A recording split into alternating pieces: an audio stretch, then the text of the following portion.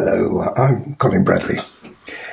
Most of you already know, if you've been following me, that I use a square drawing system and transfer that drawing onto pastel paper using the graphite carbon. However, what happens if you want to produce a picture rather like this onto dark paper? Well, the graphite won't take on that, or at least you won't see it. So what we use instead is Tracedown white carbon. How does that work? I hear you say. Well, I'm going to show you, folks. First of all, let's move all this to one side and then bring forward my line drawing. Now, I've produced this line drawing using my square drawing system, which I'm sure you've seen. If you haven't, there's plenty of links on the website and YouTube to show you. Even Udemy, there's a program now that we've produced for that.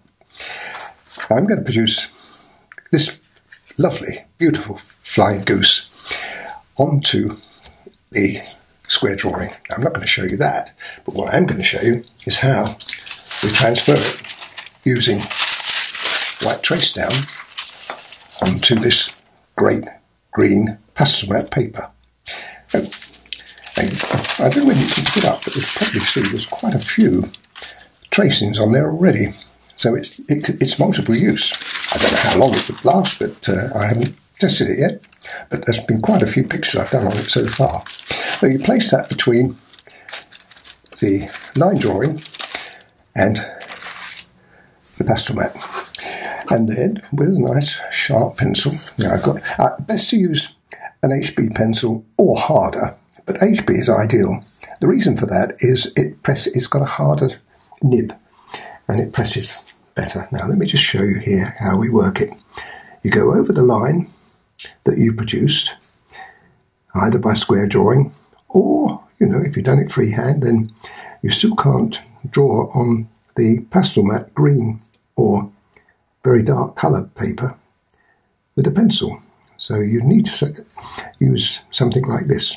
I'll just do this one square here, then you'll see how that has transferred itself through. And down here, it's best to be quite strong with it, like that. Now, I'm also going to do around the head, and you'll see why in a moment, because I'm going to show you another. Oop, got to get it right. Now, this is a good thing about this is it covers up. So if you do make a little error with the transfer through, it covers up with the pastel. Okay, there we are. I'll just do this. I won't bother with too much detail because you're going to see how it's done. And I've produced this picture anyway as a project, so you'll be able to look at this, put the eye in, otherwise it looks silly.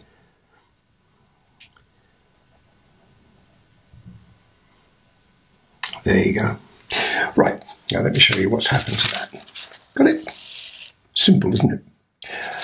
Now, when we get to that stage, right, we've got other choices we can make. And this is what I do. I'm using, if I'm looking at my picture here, I'm sorry about the light on it, I'm reflecting the lights on this lovely glossy paper I've got.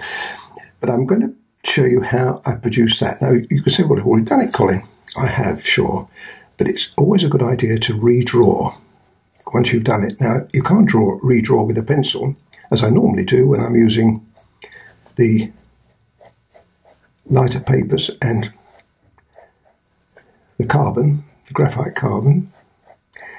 But, of course, this works really well like this. Now, the reason I do this is because I can, as I say, redraw it. Now, what about up here? See, we've got a very dark area. Well, what I did do for this is I use a dark pencil. This is 181. This is the colour that I should be using on it. It's always best to use the same colour. And then you can come down with that on top, and you'll see now how well this covers up. Again, redraw it if you need to. If you find that you're slightly out, look at your picture while you're doing it and think, I want this a little sharper, or let's say we do let's say we want that a little sharp, and then you can redraw it slightly, you see, at this stage. I'll do the same thing with that, just extend that slightly. Like that. And then if you want to cover it up, then you can actually start drawing it. But I would go around the outside edge first, as I have done on the project. If you see the project later on my website, you'll see that I go all the way around, all around here, using the dark colour for the darker areas and the grey for the lighter areas. What about that, Colin? Well, you can use grey for that too, unless you want to change it. And the problem is, if you use too many colours, you're going to get confused. So I use the grey for that as well, just to redraw that slightly. And it's a neutral colour. And again, with pastelmat particularly, you can go over the top of the colours that you use if it's not the colour you want.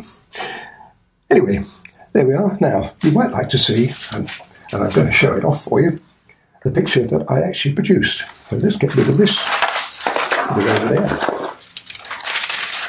and I'll show you the picture. There it is. So, how do you turn that into that? Well, I've showed you. That's the green pastelmat paper. This is the picture I've drawn, and the line drawing. I'll bring that back in. So we've got all three processes then. And I think you'll agree that that is a pretty great system. I look forward to seeing you very soon. Bye for now.